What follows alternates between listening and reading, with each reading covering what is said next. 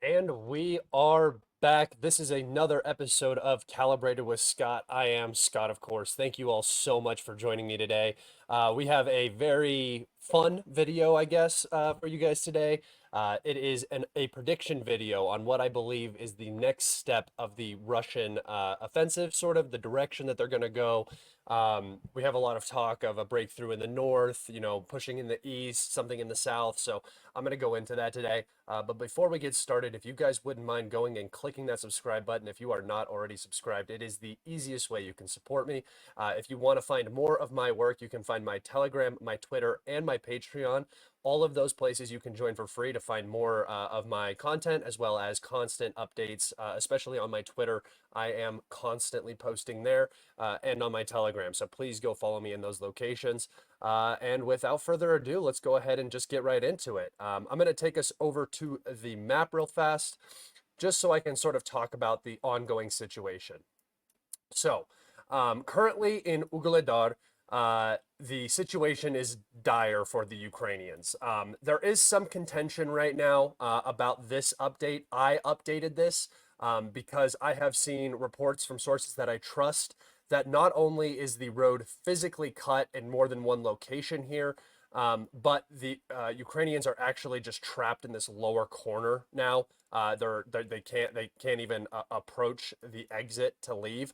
So I'm going to go ahead and leave it like this for right now. I do believe that this is a full encirclement. Whether the Russians are physically here holding this piece of territory, they do have control over both of the exits out of the city. The Ukrainians cannot leave. They are in a physical encirclement.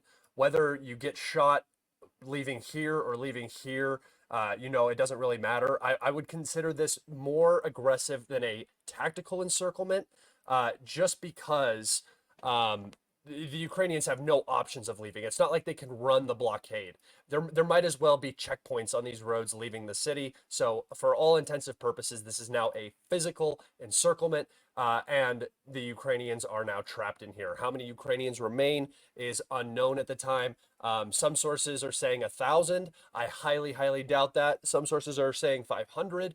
I also severely doubt that. When you look at Ugledar, it's not a very big place. It is less than a mile across. It's basically a 1 by 1 mile area of high-rise buildings. It's not impossible that there are Ukrainian troops in significant numbers in the town, but even during the active defense phase, when the Russians were not on approach to the city, there was probably at most 300 individuals at any given time in the city defending it.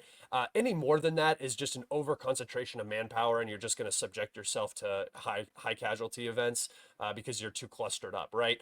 You don't need that many individuals for defense, and I think that this is something that people often misunderstand. If you have like a platoon on each side here with ATGMs and FPVs and artillery being called in and stuff like that, and machine gun nests, you can hold a city like this against a Russian armored assault for with probably a small battalion of men, 200 to 300 men in total. So I don't believe that there were ever 1,000 men in this town at any given time, besides when it was a mining town, because there's enough apartments for 1,000 people. But now, no, not a chance. And the remaining Ukrainians in here, in terms of fighters who are actively able to engage in combat against the Russian forces, probably at most 100 individuals, and then maybe another 100 wounded, incapacitated fighters just sitting in basements. So this is just a cleansing operation. This is not a bunch of urban fighting. They bombed the place heavily before the assault operations began, and now they are moving in and they have captured roughly half of the city. Okay. So for my prediction, the reason why I'm talking so much about Ugledar is just because this southern direction has now developed enough for more options to open up elsewhere. If you guys don't know, Ugledar is the fortress that defends this entire southern flank. Basically, from Velika Novoselka up to Andrivka over to Kharkove, this Ugledar was the defensive line along this 0532 with Vadyan, the different coal mines, the high-rise buildings. This is the highest elevation in the area. These high-rise buildings and some of the coal mine buildings here. So the Russians should be able to now advance pretty quickly towards this area.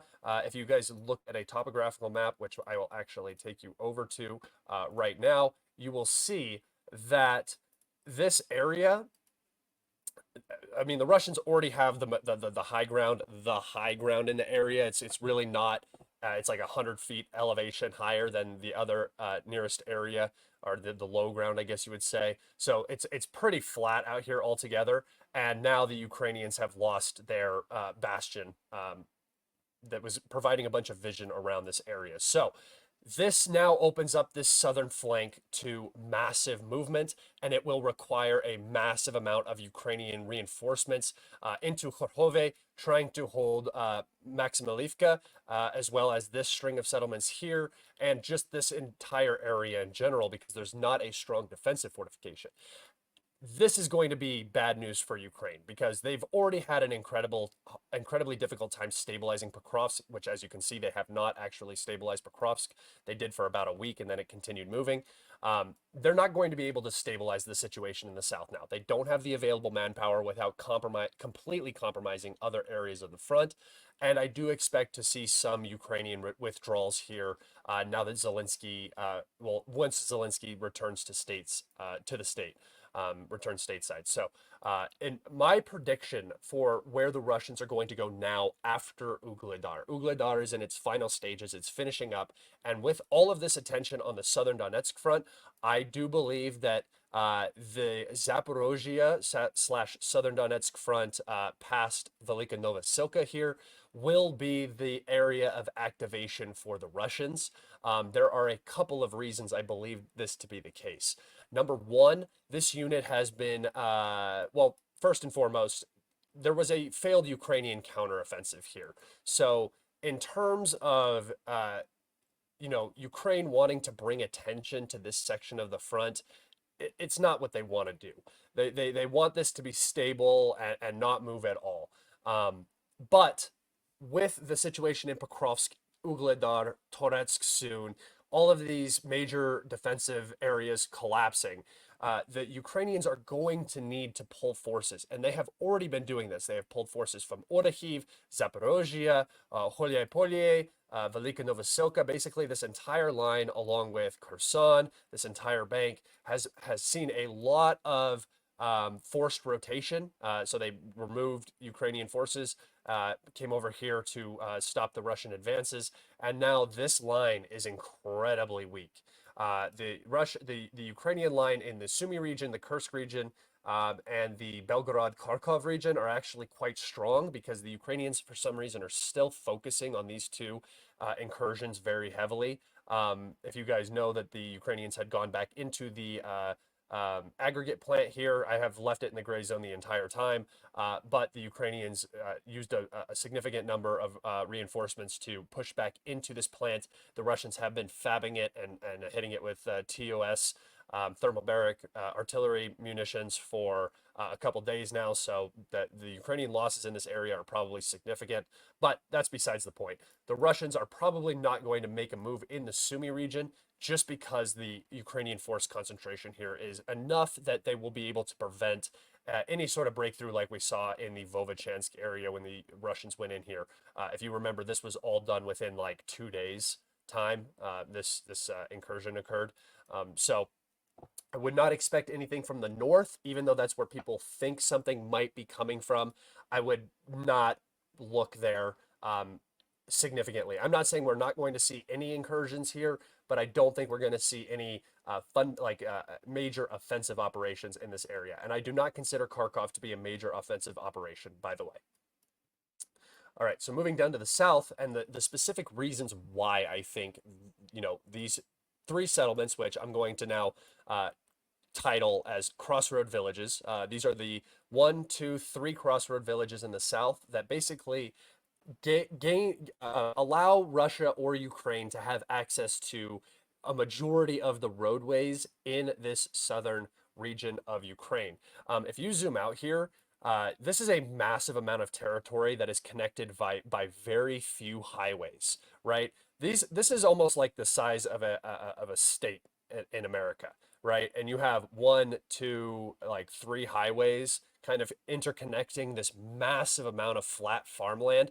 This is what the Russians fear. This is the strategic aspect of Ukraine for the Russians. This great plain right here that the Ukrainian state lies on. It's great for growing agriculture, for agricultural industry and stuff like that. But in terms of defense, it is incredibly difficult to defend open steppe land. So um, the roads here are vital because crossing over all of this field during a muddy season will put your army in a very difficult position, both logistically and just in terms of losses. Getting stuck in the mud is just not what you want. The Germans experienced it. Everybody who's ever tried to fight in Ukraine has experienced it. And I do believe that we will see a Russian offensive over the coming months, potentially into winter. I'm not going to say that the Russians are going to make a ton of movement during the muddy season, which is fast approaching. However, if the Russians are able to reach Orikhiv, Holyai which they are advancing on currently from Mariupol or Marfopil, they are advancing on Holyai or Velika Novoselka. I believe that the Russians will gain a massive advantage going into the fall and then into the winter subsequently, if they are able to capture one or multiple of these crossroad villages here. I'm going to now take us over to the topographical map that I never took you guys over to. I'll just show you some of the topography in the region real fast, just so you guys can get sort of an understanding of the situation for everybody. So zooming in here on Ugledar, just to show you guys sort of the situation. The Russians now control all of the high ground in this region. And if you zoom in here, you can see that there's not really significant high ground. If you look at the difference, the yellow to the red, right here, you're talking about like 40 feet to 100 feet of elevation difference. So it's not super significant.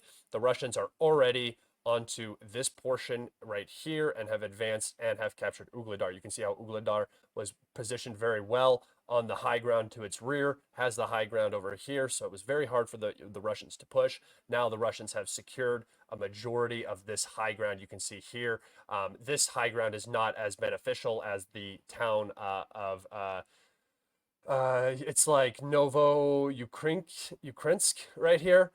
Is not as developed as Ugledar and the mine network that supported it. So this is a massive loss for the Ukrainians. And then zooming out here, um, actually the topographical map for the Zaporozhye region is actually rather pointless. So I'm going to now take you over to my uh,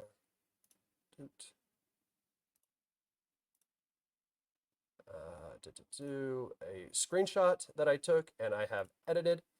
And here you can sort of see the situation at hand. So the Russians are very, very close. I mean, a couple kilometers from each of these towns. Obviously, Velika Novoselka is going to be the most difficult as it has multiple uh, settlements standing in its way. This is going to be hard to battle through, but I do expect the Russians to actually push from Zoloto Nieva over here towards Velika Novoselka, so not necessarily from the south.